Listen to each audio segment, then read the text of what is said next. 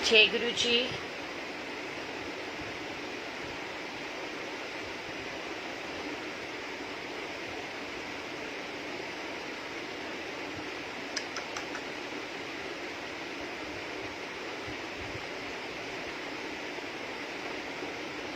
सभी को जय गुरु जी। गुरु जी को प्रणाम और गुरु जी की प्यारी प्यारी संगत को प्रणाम।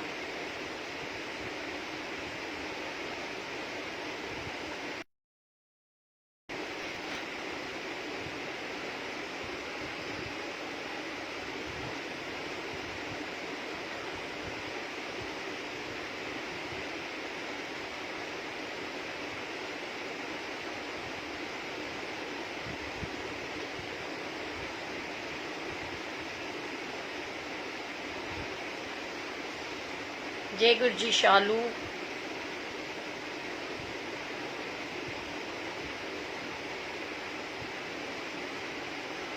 एक बार यशी को बुला के देना प्लीज।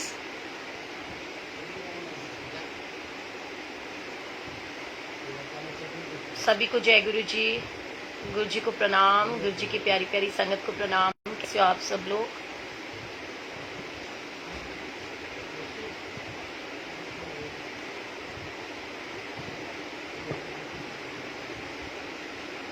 सभी को जय गुरु जी। मानवी जय गुरु जी, नवीन जी, कविता सिंह जी जय गुरु जी, अंशुल वाधवा,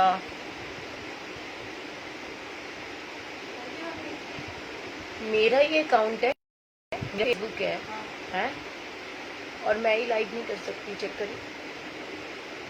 और फिर इसको यूज कर देगा, कुछ गड़बड़ होगी।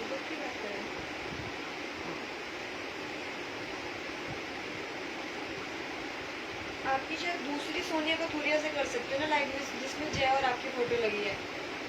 नहीं, ऐसा कुछ नहीं है, मैं तो दोनों तरफ से ही करती हूँ। मेन आपने उससे अकाउंट बनाया होगा ना, तो दोनों पे या देखिए, अपने वाली आईडी से मुझे इस अपने पे से एडमिन नहीं हो बना। सकता। जैसे मेरे फोन में है ना, अब आपके नंबर से अगर मैं प्रिंट भी करना चाहूँ, मेरा कंटिन्यूअस ये शशनी कथूरिया आता है, जैसे क्रिएशन नहीं आता। अरे मैं रेगुलर इसी से करती हूँ रोजाना, आज ही नहीं हो रहा। यूट्यूब वाला इसमें खोलियो अकाउंट।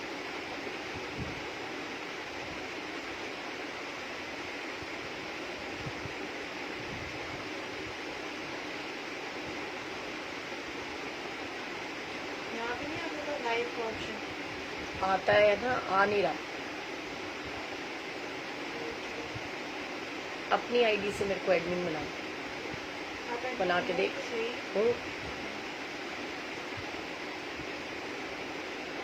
चल इस पे फिर यूट्यूब खोल दिएगा।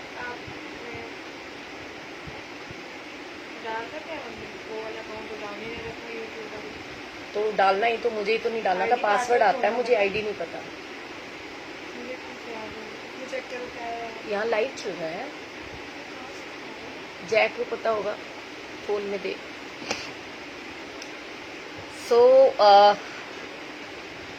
सभी को जय गुरु जी। और आई रिक्वेस्ट यू ऑल कि ज्यादा से ज्यादा संगत के साथ में सत्संग को शेयर करने की सेवा करें, तब ठीक है। गुरु जी की बहुत सारी ब्लेसिंग्स है, बहुत सारा प्यार और उनका आशीर्वाद। और मैं YouTube पे लाइव नहीं आ पा रही हूँ फिलहाल, तो गिव मी सम टाइम। नीलम कपूर जी जय गुरु जी, रेनू जी जय गुरु जी, सभी को जय गुरु जी।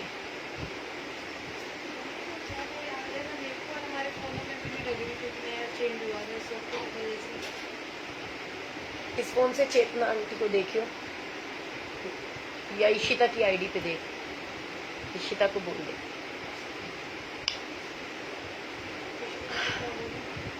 कि YouTube वाला आईडी देना, या हो सकता है उसके अकाउंट में पड़ी हो। मैं बिल्कुल ठीक हूँ, आप सब लोग कैसे हो?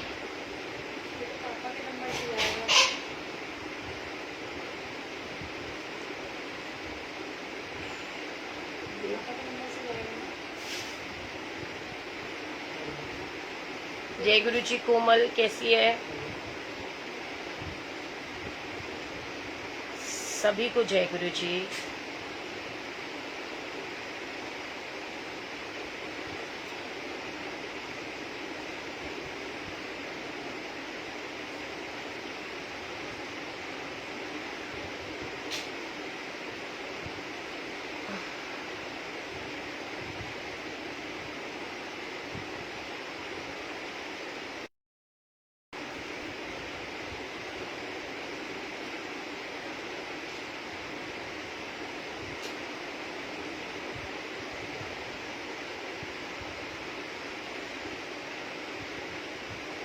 मैं बिल्कुल ठीक हूँ जी, आप कैसे हो? सभी को जय गुरु जी। विमी Khanna ji, Daljit Kaur ji, thank you so much. कोमल, प्रेम जी, जय गुरु जी। शालिनी गुप्ता जी। तो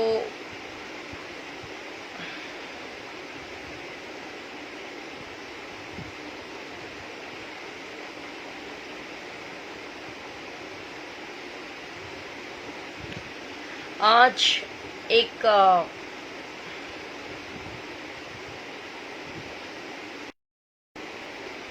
गुरु जी की कृपा से एक बहुत गुड न्यूज देने वाली हूँ आपको।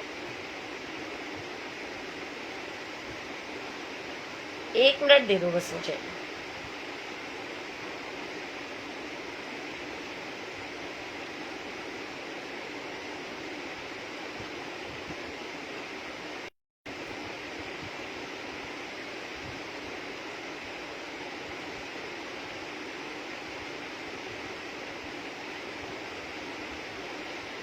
ये ना खुल नहीं रहा, पता नहीं इसमें क्या प्रॉब्लम हो गई है, और मैं ब्लेसिंग से भी लाइव नहीं कर पा रही। मुझे इस बार यूट्यूब भी नहीं खुला।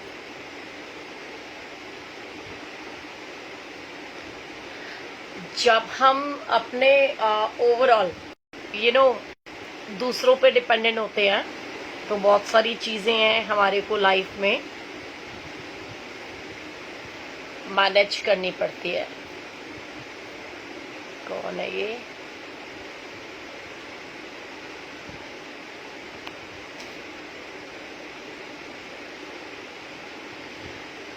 तो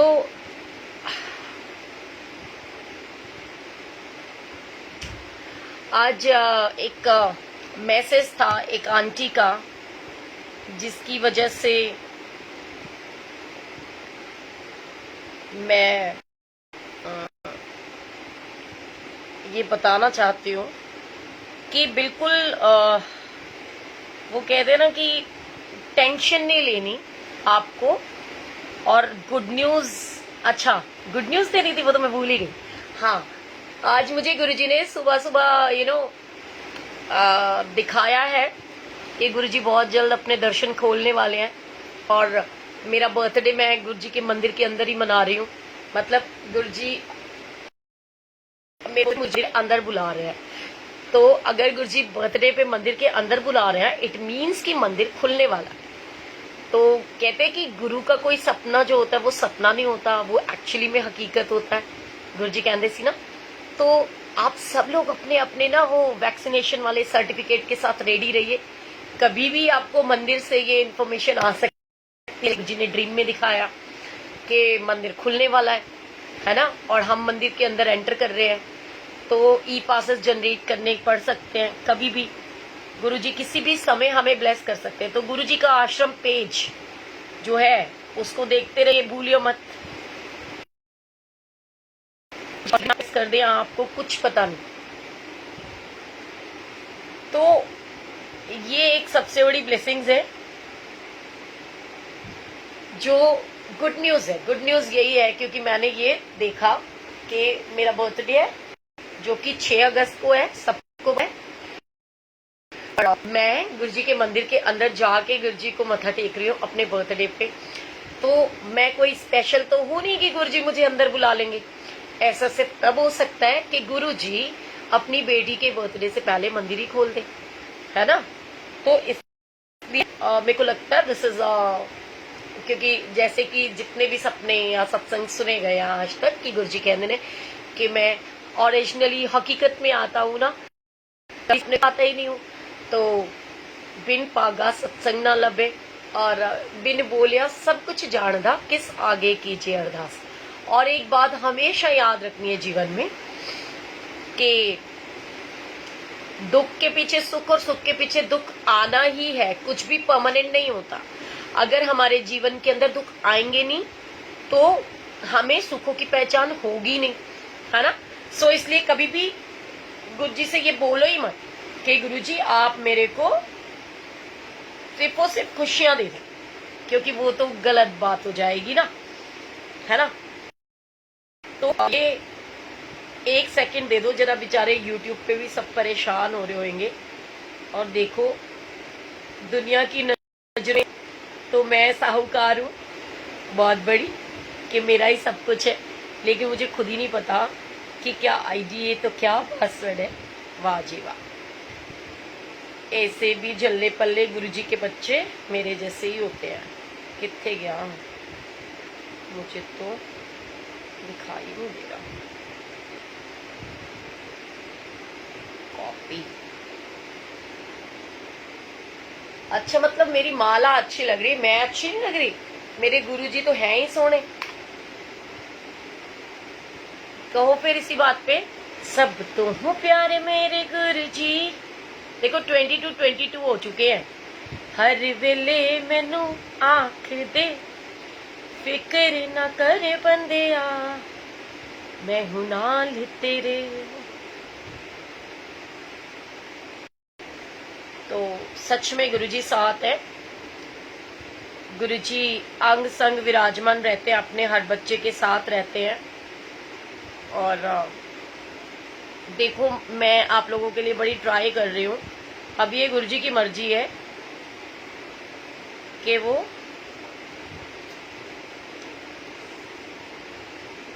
सक्सेसफुल कराते हैं कि नहीं कराते हैं, ठीक है। और पासवर्ड कैसे डलेगा?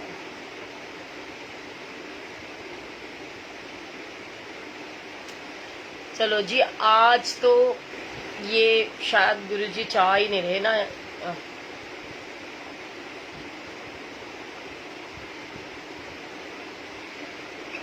सॉरी,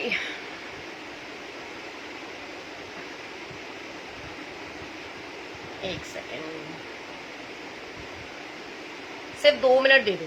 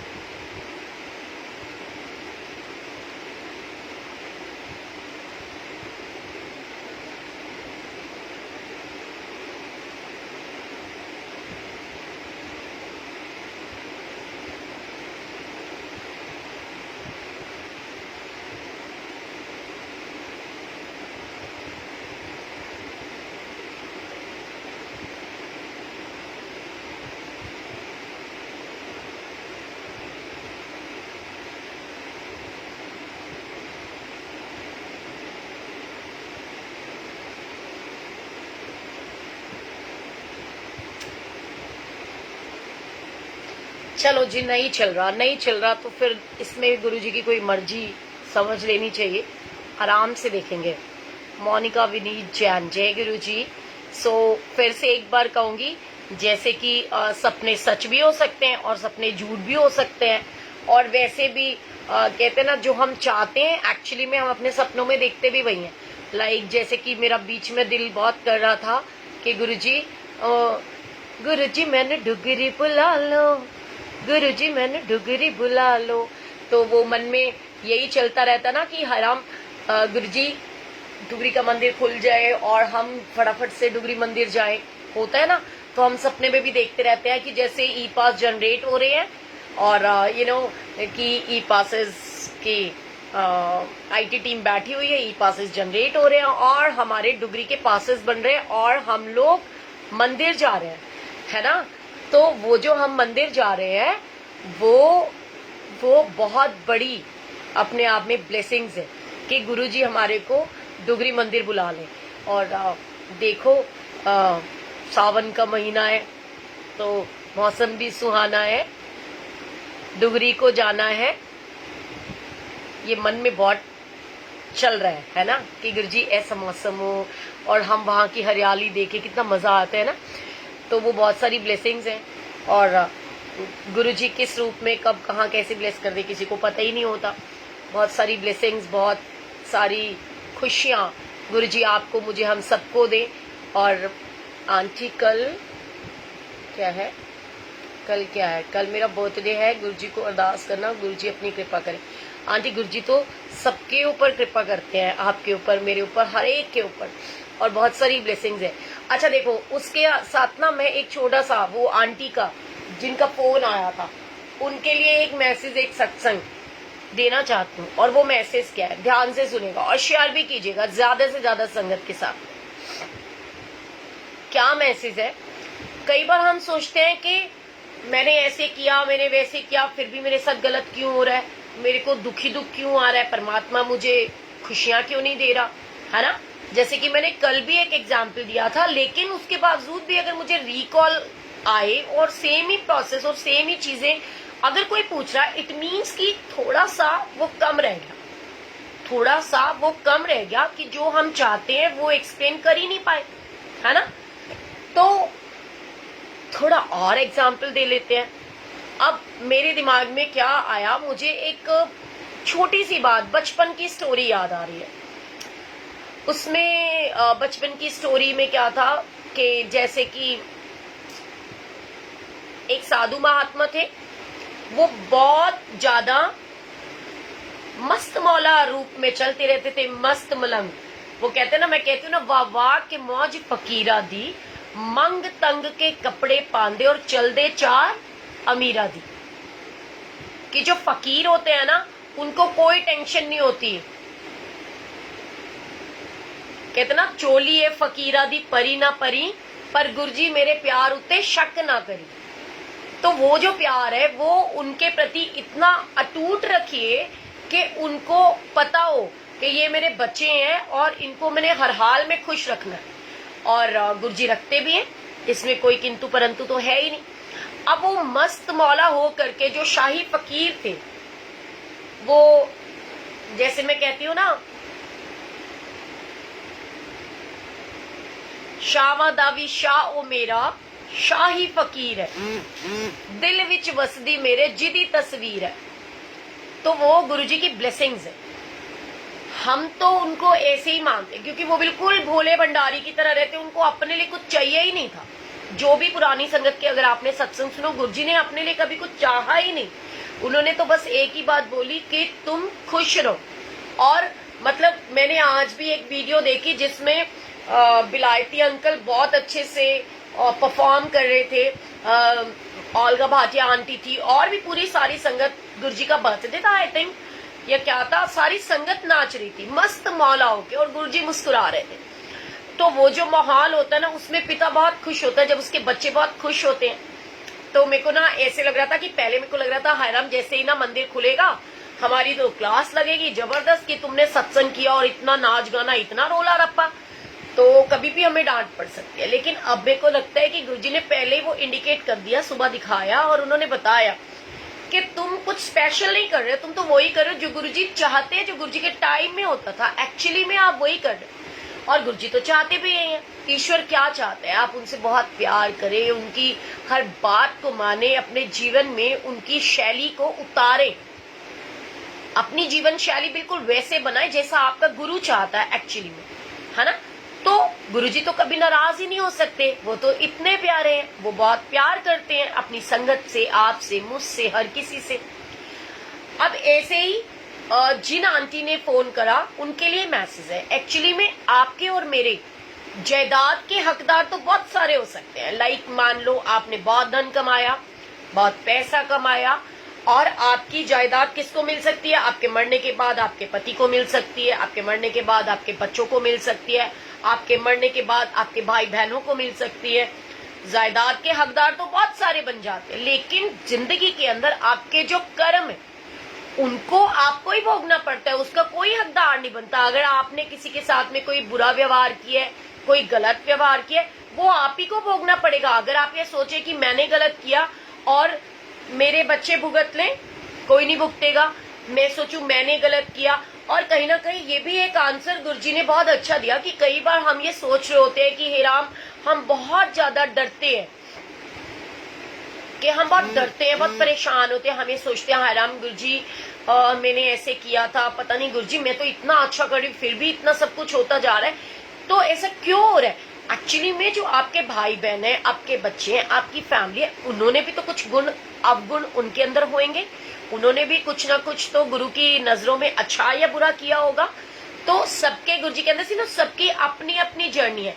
मैं फिर एक बार कहना चाहती हूँ, मुझे ऐसे बहुत सारे लोग मिले जिन्होंने, हमने ही मान लो सत्संग ऑर्गेनाइज करे, बट क्योंकि लैक ऑफ कम्युनिकेशन कह लो या फिर लैक ऑफ इंटेलिजेंसी कह लो, क्योंकि मैं तो इंटेलिजेंट हूं ही नहीं, मुझे तो अकल है ही नहीं।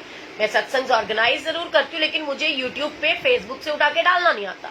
तो मुझी से पहले हमारे ही वीडियोस लोग डाल लेते हैं और बाद में हम ही को बोलते हैं कि आपने हमारी वीडियो डाली हुई है।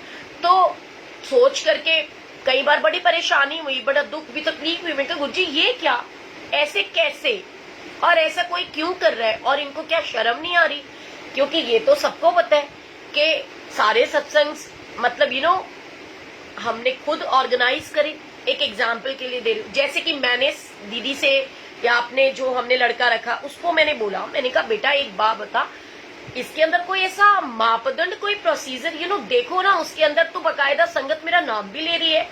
और इनफैक्ट सत्संग में मैं ऐसे खुद बोल रही हूँ, मेरे मंथन उठा उठा के कई लोगों ने अपने अपने चैनल्स पे डाले। तो मैंने कहा फिर भी they are earning too much, और उसके बावजूद भी कई बार ऐसा होता है कि इतना कुछ सुनने को मिलता है, जबकि अपना तो कोई रोल ही नहीं है। मुझे तो उड़ा एड़ा नहीं आता इन सब चीजों।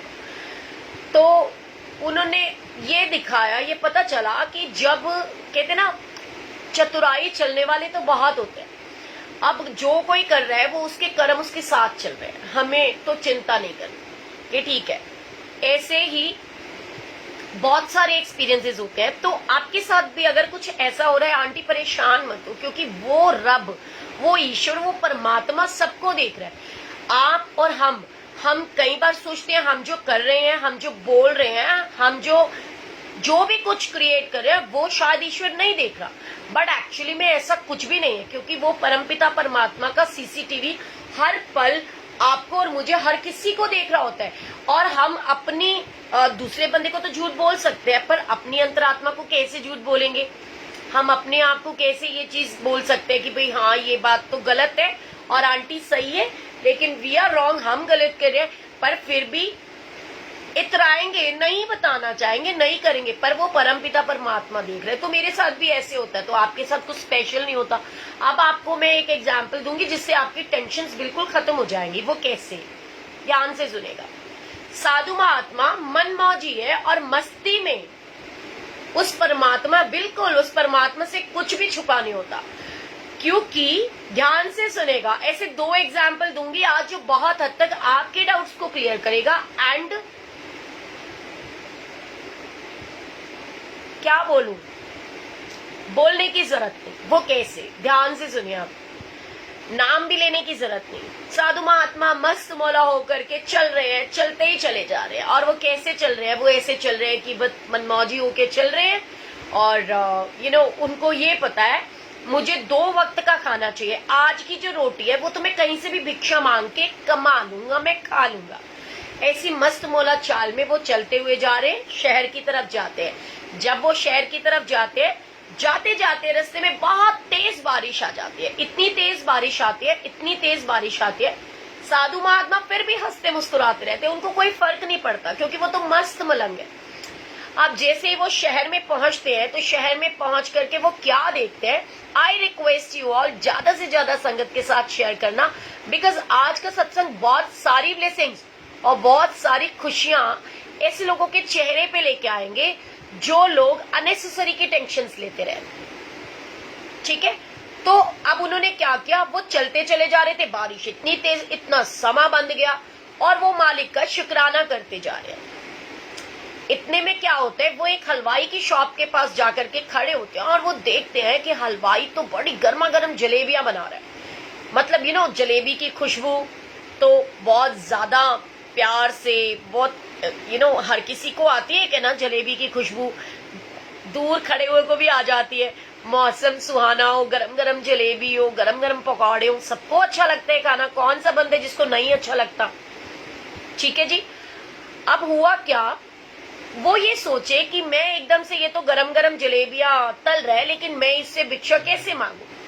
तो वो बोलते कुछ नहीं है, वो मुंह से कुछ नहीं बोलते और वो किनारे पे पेड़ के पास जाकर के चुपचाप खड़े खड़े टकटकी लगा करके देखते रहते हैं कि बंदा तो जलेबियां तल रहा है, गर्मा गर्म जलेबियां तल रहा है। और वो जो रब का बंदा अगर अपने मन में कुछ ठान ले या अपने मन में कुछ सोचे तो परमात्मा उसको देने पे मजबूर हो जाता है। जैसे कि मैंने क्या बोला, मैं मन में ये सोच रही थी कि मेरा बर्थडे है, जैसे कि आई टोल्ड यू अर्लियर कि गुरुजी की कृपा से मेरी ये प्लानिंग थी कि मैं गुरुजी के बर्थडे कह रही हूँ, देखो मैं अपने बर्थडे पे गुरुजी के मंदिर पे जरूर जाऊंगी दर्शन करने के लिए, चाहे मुझे बाहर से ही क्यों ना करने पड़े, क्योंकि गुरुजी कहते सी ना चारों तरफ के पास आज से भी गुजर जाते हो मंदिर के चार तरफ से तो भी ब्लेस करता हूँ, आस पास से भी गुजर जाते हो तो भी ब्लेस करता हूँ, है ना। तो अब क्या हुआ कि मन में वो फीलिंग्स थी, तो मैंने सपने में भी देखा कि गुरुजी के मंदिर के अंदर मीटिंग हो रही है। अर्ली इन द मॉर्निंग में बता रही हूँ कि मॉर्निंग के अंदर मीटिंग हो रही है और आईटी टीम बैठी हुई है और ई पासेस जनरेट करने की उनको परमिशन दे दी जाती है कि ई पासेस जनरेट करो। तो जब वो सपना देखा तो सोचो गुप्पा हो गई कि गुरुजी आई लव यू, आप मंदिर खोल दोगे, क्योंकि गुरुजी आप ही तो कहते हो कि गुरु का कहना कभी जाया नहीं होता और गुरु के वचन कभी मिथ्या नहीं होते। अगर गुरुजी ने कहा है, भाई देखो मैं ये मानती हूँ अगस्त मंथ के अंदर अगर पहले दिन भी मैंने दर्शन कर लिए तो भी गुरुजी की ब्लेसिंग जरूरी थोड़ी है, क्योंकि कई बार ऐसा होता था कि बर्थडे हमारा आता था उस दिन मंदिर ही बंद होता था, वेडनेसडे को आ जाता था, है ना। तो ये जो ख्याल होते हैं ये भी हम क्रिएट कर रहे होते हैं। ऐसे ही परमात्मा ने वो सपने में दिखा दिया कि हाँ भाई ऐसा होने वाला है। अब जैसे ही उन्हों के मन में आ रहा था कि मैं ये मीठी मीठी जलेबियां खा लूं, तो हुआ क्या, वो जो व्यक्ति जलेबी तल रहा था ना दुकान वाला, उसका ध्यान उस पंडित जी की तरफ जाता है और वो कहते हैं महात्मा जी इधर आइए। उसको लगता है कि महात्मा जी ना बड़े भूखे हैं, पता नहीं इन्होंने कितनी देर से कुछ नहीं खाया, क्यों ना इनको गरम गरम जलेबी खिला दी जाए, गरम गरम समोसे खिला दिए जाए। वो एक टक लगा करके ना उस दुकान की तरफ देख रहे होते हैं और वो व्यक्ति उनसे पूछता है कि महात्मा जी आप प्लीज आकर के थोड़ा सा प्रसादी ग्रहण करेंगे क्या। महात्मा जी कहते हैं ना अन्ना की मंगे दो अक्खा। अगर मुझे कोई कहे कि सोनिया ई पासेस जनरेट हो रहे हैं, अपना सर्टिफिकेट लाकर दिखा और फटाफट पासबुक करा ले, तेरे को मंदिर जाना है, तो मेरे को क्या लगेगा, हायराम पर लग गए, खुश हो जाऊंगी ना कि ले गुरुजी के मंदिर जाने वाली हूँ। ऐसे उन्होंने बुलाया और उन्होंने थोड़ी सी जलेबी और 2 समोसे उनको दिए और गर्मा गर्म जलेबी और समोसा उनको खाने को मिला। जैसे ही महात्मा जी ने वो समोसे और जलेबियां खाई, बहुत ध्यान से सुनेगा और ज्यादा से ज्यादा शेयर कीजिएगा, एक बहुत बड़ा और बहुत मेन आंसर्स इसमें छुपे हैं, बहुत सारे। अब क्या हुआ, उन्होंने जैसे ही वो जलेबी खाई तो उनके अंतरात्मा से, जब हमारा कोई मन दुखाता है तो हमारे को पीड़ा होती है, दिल दुखी हो जाता है और हमारे मन में अनायास बहुत उल्टे सीधे बड़े अशुद्ध विचार आने लगते हैं, हम बड़े रुद्र वो करने लगते हैं ना, रोने धोने लगते हैं, ऐसे ही अंतरात्मा से ना बददुआ निकलती है, हराम इसने मेरा बुरा किया है, परमात्मा इसको देख लेना। चाहे कोई ना भी कहता हो ना तो भी वो उस रब की तरफ देख करके रोने जरूर लगता है, जिससे उसका कनेक्शन है, ठीक है।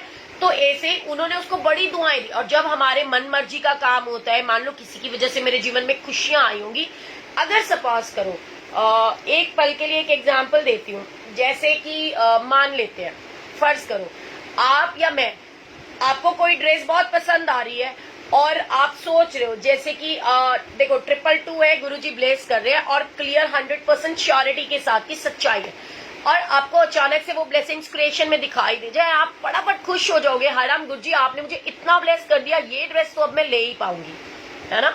और आपके मन से ना दुआएं निकलेंगी, चाहे आप पैसे देके खरीदोगे पर आपके मन से ना दुआएं निकलेंगी। क्यों? कि आपकी आत्मा की तृप्ति हो गई, यार जो चीज आपको चाहिए वो आपको मिल जाएगी इतना इजीली, क्योंकि पैसे दे करके भी खुशियां हासिल नहीं हो सकती है। अब वो बड़े खुश हो, उन्होंने उनको बड़ी दुआएं दी कि आप खुश रहो, सुखी बसो, मजा करो, दिन दुगनी रात चौगनी तरक्की करो, ऐसी 4 दुकानें आप खोल लो जिसकी बदौलत हमारे जैसों को प्रसादी मिल रही है, अब मान लो मैं ही हूँ, मैं ब्लेसिंग्स क्रिएशन में जब सूट्स ला करके बेचती हूँ और आप लोग मेरे से परचेजिंग करते हो, शॉपिंग करते हो, कहीं ना कहीं मेरे को अगर गुरुजी के सत्संग करने के लिए, अपने जीवन यापन के लिए, अपने बच्चों को पालने के लिए पैसा चाहिए और वो आपकी बदौलत मिलता है, तो मेरे भी मन से आपने सुना होगा ना, हमेशा चेतना दीदी, नीलम दीदी, नितिका कपूर, ऐसी कई अनगिनत शख्सियत है जिनके लिए हर पल दुआएं निकलती हैं कि गुरुजी इनको बहुत ब्लेस करना, इनके भंडारे इतने भरपूर रखना, लहरे बहरे करना कि इनको इतना पैसा मिले कि ये खरीदते ही रहे, है ना। तो ठीक उसी प्रकार उन्होंने बोला, तुम्हारी दिन दुगनी रात चौगनी तरक्की हो, तुम्हारी 4-4 दुकानें खुल जाए और तुम मेरे जैसे पता नहीं कितने सारे साधुओं को इसी तरीके से प्रसादी खिलाते रहो। बड़े खुश हो गए, दुकानदार भी खुश हो गया, साधु महात्मा जी आगे चलने लगे। क्योंकि बारिश थी तो जब हम बहुत खुश होते हैं ना, हम छोटा सा बच्चा बन जाते हैं। बनते कि नहीं बनते? जब हम बहुत खुश होते हैं हम छोटा सा बच्चा बन जाते हैं, और जब हम बहुत दुखी होते हैं तो हम शून्य में चले जाते हैं, जैसे कि जिंदगी बिल्कुल खत्म हो चुकी है, अब कुछ है ही नहीं है जीवन में। तो इसी प्रकार साधु महात्मा जी बड़े मस्त मौला होकर के बड़े खुश हुए, और जैसे छोटे बच्चे पानी में पैर मार मार के छप छप करते हुए पैर उड़ाते हैं ना पानी को, ऐसे ही साधु महात्मा उड़ाते चले जा रहे थे, क्योंकि उनको इधर उधर कुछ दिखाई नहीं दे रहा था। जब हम बहुत खुश होते हैं हमें हमारा रब, हमारा ईश्वर याद आता है, या फिर हम अपनी ही मस्त मौला तरीके से अपने जीवन में मस्त रहते हैं, हमें कोई फर्क नहीं पड़ता, फिर दाएं बाएं देखने की जरूरत ही नहीं पड़ती अगर हम जीवन में खुश हैं। और याद रखिएगा, खुशी, सर्दी, गर्मी, सुख दुख जितना ज्यादा महसूस करोगे उतना ज्यादा लगता है, और अपने ही भीतर है, कोई कुछ नहीं देता। गुरुजी ने भी देखो 222 देके स्टैंप लगाई है हर बार, है ना। अब क्या हुआ कि वो मस्तमौला बन करके चलते जा रहे हैं, और ऐसे पानी से पैर मार मार के ना पानी उछालते चले जा रहे हैं। उनको ये ध्यान नहीं था कि मेरे आसे पासे या मेरे पीछे कोई हो सकता है।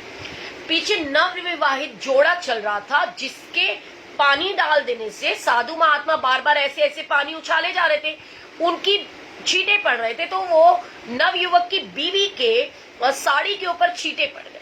अब नवयुवक की बीवी की साड़ी पे जैसे ही छींटे पड़े, उसको बहुत गुस्सा आया, उसने बहुत गाली गलौज करी, बहुत उल्टा सीधा उसने साधु महात्मा को कह डाला।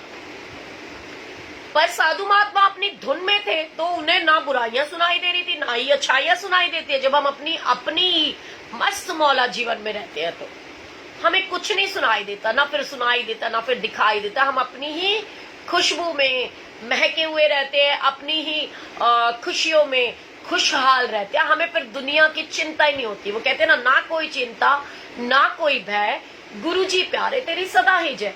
तो ऐसे ही वो मस्त मौला चले जा रहा था। जैसे ही उसने देखा नवयुवक ने गरम खून था, उसको कुछ समझ में नहीं आया, और वो भड़कता हुआ गया साधु के पास, और उसने साधु को पकड़ा और खींच के एक थप्पड़ लगा दिया।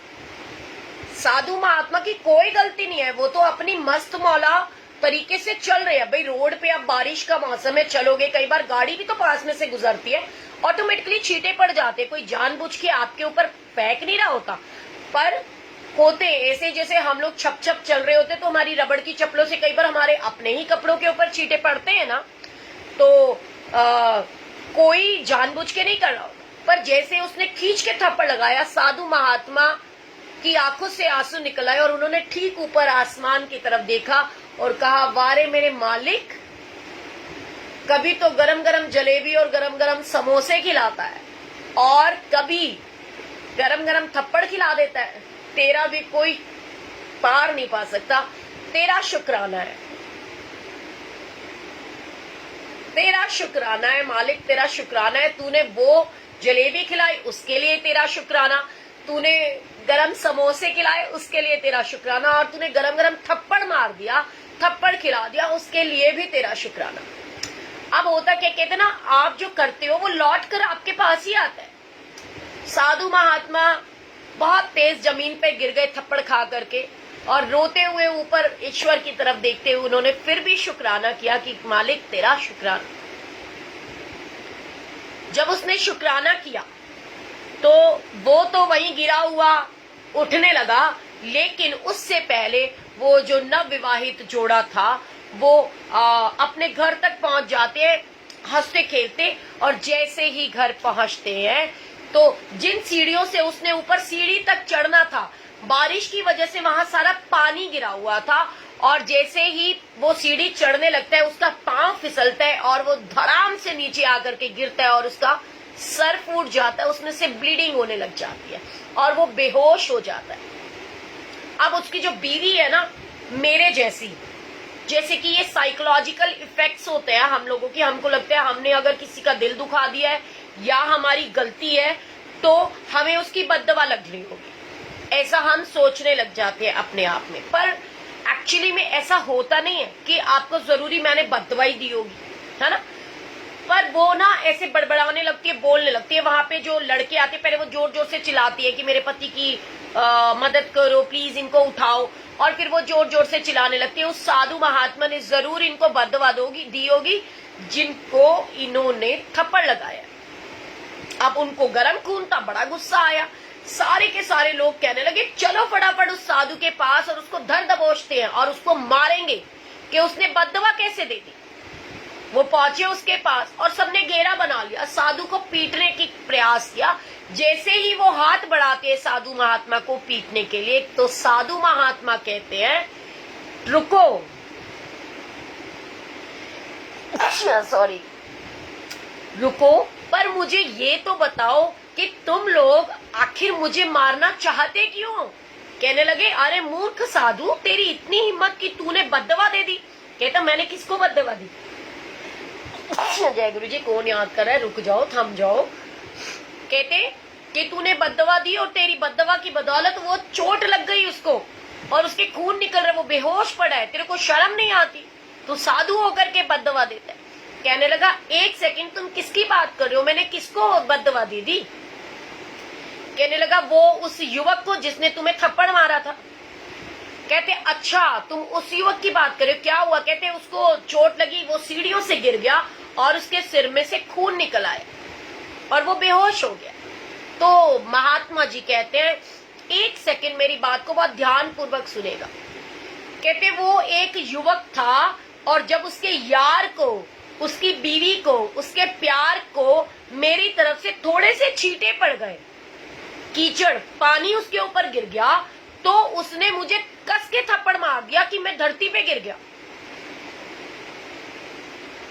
अगर वो अपने बीवी के कपड़ों पर छींटे पड़ने की वजह से मुझ साधु को, जिसका कोई दोष नहीं है, उसको पीट सकता है, तो वो जो ऊपर बैठा हुआ मेरा यार है ना, वो मेरा यार, वो मेरा प्यार है, मैं भी उससे प्यार करता हूं, वो मुझसे प्यार करता है। तो जब उसने ये देखा कि बेवजह उसने उसके यार को थप्पड़ मार करके जमीन पे गिरा दिया, तो शायद उससे भी वो बर्दाश्त नहीं हुआ होगा जैसे उस नव युवक से बर्दाश्त नहीं हुआ। तो ये जरूरी नहीं है कि आपको कोई बद्दुआ देगा तो आपको बद्दुआ लगती है।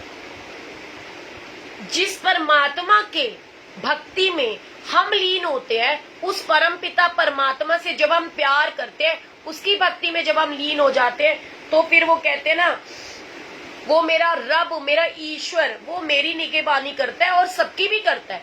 तो वो खुद जा करके अपने आप उसका बदला लेता है। जैसे माँ बाप होते हैं और इसीलिए कहते हैं कि प्लीज घृणा पाप से कर, पापी से नहीं। कई बार जाने अनजाने हमसे इतने पाप, इतनी चीजें हो जाती है, हमको पता भी नहीं होती, हमारा कोई दोष भी नहीं होता, फिर भी हमारे को गलत बोलते हैं लोग, हमें बद्दुआ दे देते हैं, हमारे साथ में गलत बिहेव भी करते हैं।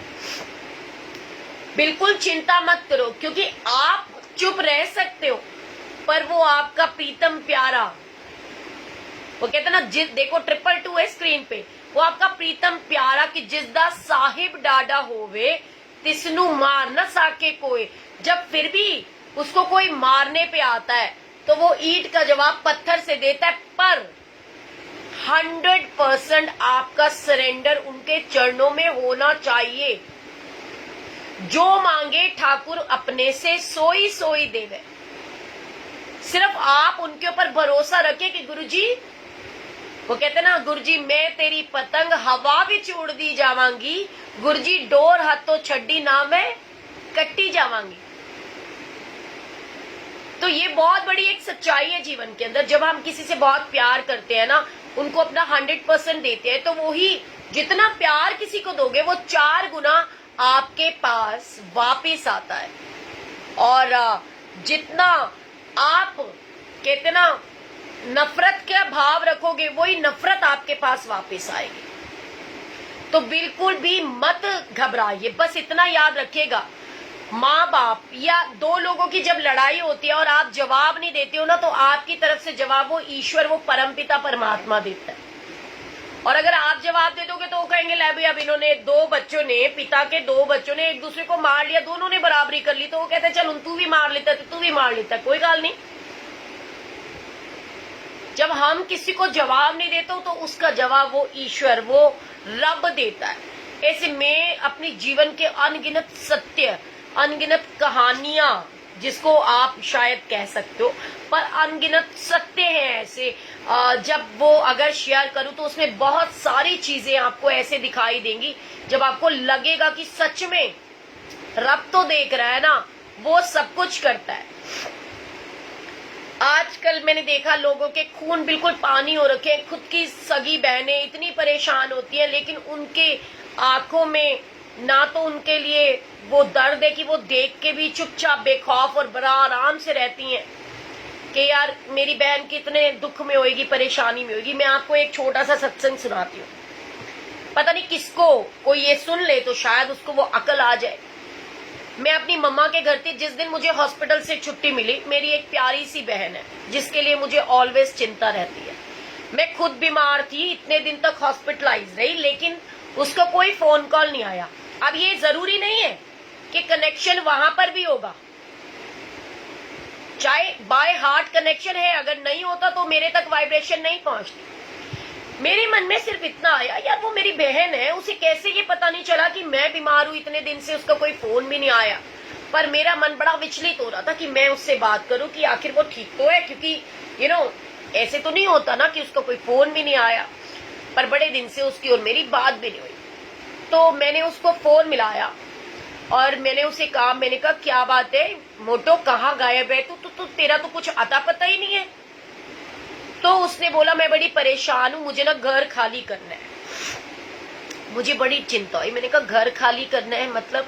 मैंने कहा अभी तो तूने शिफ्ट किया था। कहती है वो ना मकान मालिक बहुत किराया है और वो मान नहीं रहा, और ज्यादा किराया, मतलब उसको तो पूरा किराया चाहिए और वो मुझे ना थ्रेट कर रहा, और वो मेरे को ना मकान खाली करना पड़ेगा, मुझे इस तारीख से पहले ना हर हाल में घर खाली करना। तो मुझे कुछ समझ में नहीं आया। मेरी मम्मी मेरे साथ सोई हुई थी, मेरे मुंह से सिर्फ इतनी सी बात निकली, मैंने कहा मैंने तुझे 1000 बार कह दिया, एक बार तू चुपचाप से अपने मन को ये तसल्ली दे ले कि कोई बात नहीं, थोड़े दिन तुझे तकलीफ होगी कि तू बड़े बड़े घरों में रही है, ठीक है, क्योंकि ना उसकी माँ है, ना उसका पिता है, ना उसका हस्बैंड है, ना उसके बच्चे हैं। मैंने कहा तेरे को थोड़ी सी परेशानी होगी, लेकिन क्योंकि तू बड़े स्टाइल में, बड़े स्टैंडर्ड के घर में रही है, लेकिन सिर्फ पहले कुछ टाइम तुझे दिक्कत आएगी, अदरवाइज तू ऊपर आ जा और ऊपर वाले फ्लोर पे रह ले, तेरी पूरी प्राइवेसी होगी, तेरे को कोई डिस्टर्ब नहीं करेगा, सब कुछ तो है वहां पे। तो उसने हंसते हुए कहा सोनिया वहां तो तूने गुरुजी की गद्दी लगा रखी है। अब मेरी मम्मी डर रही है, क्योंकि मैंने जो शब्द उसको बोले मेरे दिल की बात है, वो मेरी अंतरात्मा की बात थी और सच्चाई है। मेरे गुरु ने यही सिखाया है, ये उसकी बानी है। कहते ना बानी गुरु, गुरु है बानी, विच बानी अमृत सारे। अगर गुरु की बानी के ऊपर सच में चलोगे तो आपको दिखाई देगा, सुनाई देगा कि सच में उनकी बानी में सब कुछ है। मैंने उसको बोला, मैंने कहा बात सुन, तो क्या हुआ, तो गद्दी लगी हुई है, गद्दी को उठा देंगे।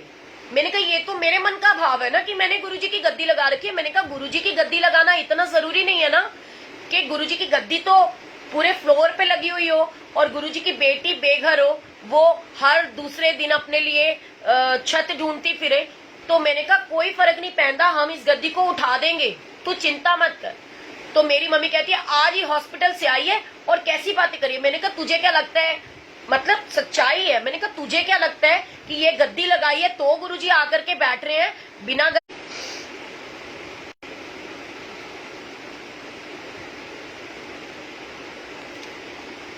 मेरी मम्मी मुझे कह रही है, कहती है पागल हो गई है, क्या बोली जा रही है, चुप कर जा, तेरा दिमाग खराब हो गया है, तू कैसे कह रही है कि गुरुजी की गद्दी हटा देंगे? मैंने कहा गुरुजी की गद्दी लगा के रखना इतना जरूरी नहीं है, गुरुजी की बेटी के सिर पे छत होना बड़ा जरूरी है।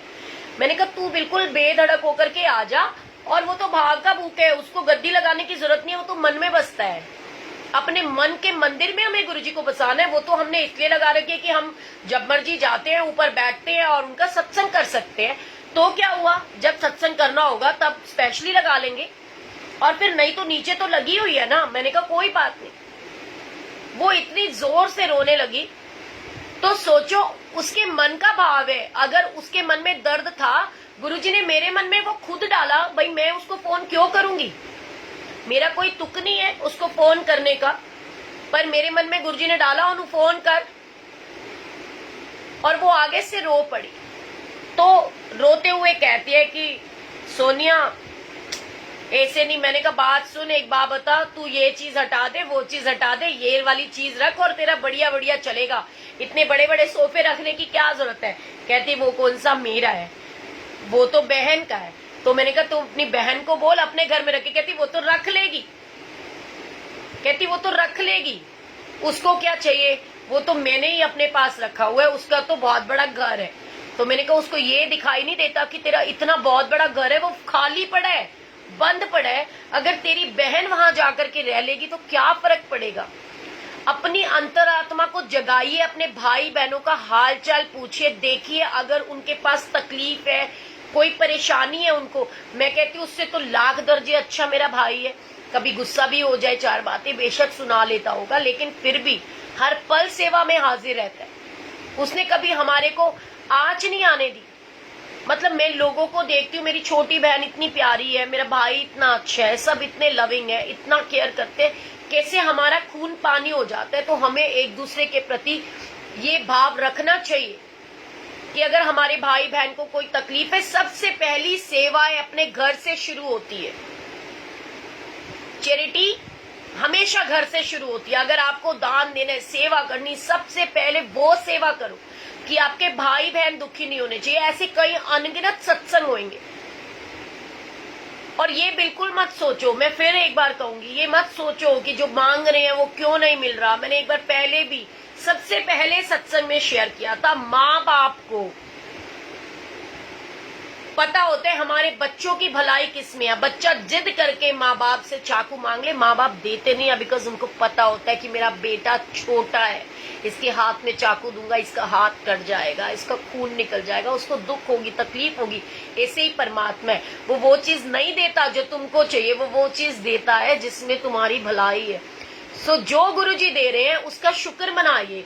हर हाल में गुरुजी का जो शुक्र मनाते हैं उनके घर खुशियों की होती बरसाते हैं। और आज मैंने स्पेशली भाटिया अंकल को बोल करके वो सत्संग शेयर करवाया। मैंने कहा अंकल, मेरे एक भाई है जिसको ये टेंशन है कि शायद उसको कोई तकलीफ तो नहीं, गंदी वाली कोई बीमारी तो नहीं होने वाली, वो परेशान है बहुत ज्यादा। ऐसा गुरुजी ने मान लो मेरे को अगर दिखाया और मैंने उससे बात करी तो वो रो पड़ा है। अगर तो मेरे भाई बहन है, तो मैं चाहती हूँ कि आप वो सत्संग शेयर करो जिससे उनको हौसला मिले कि दुख उनके जीवन में आते हैं, स्पेशली जो ईश्वर के बहुत करीब होते हैं।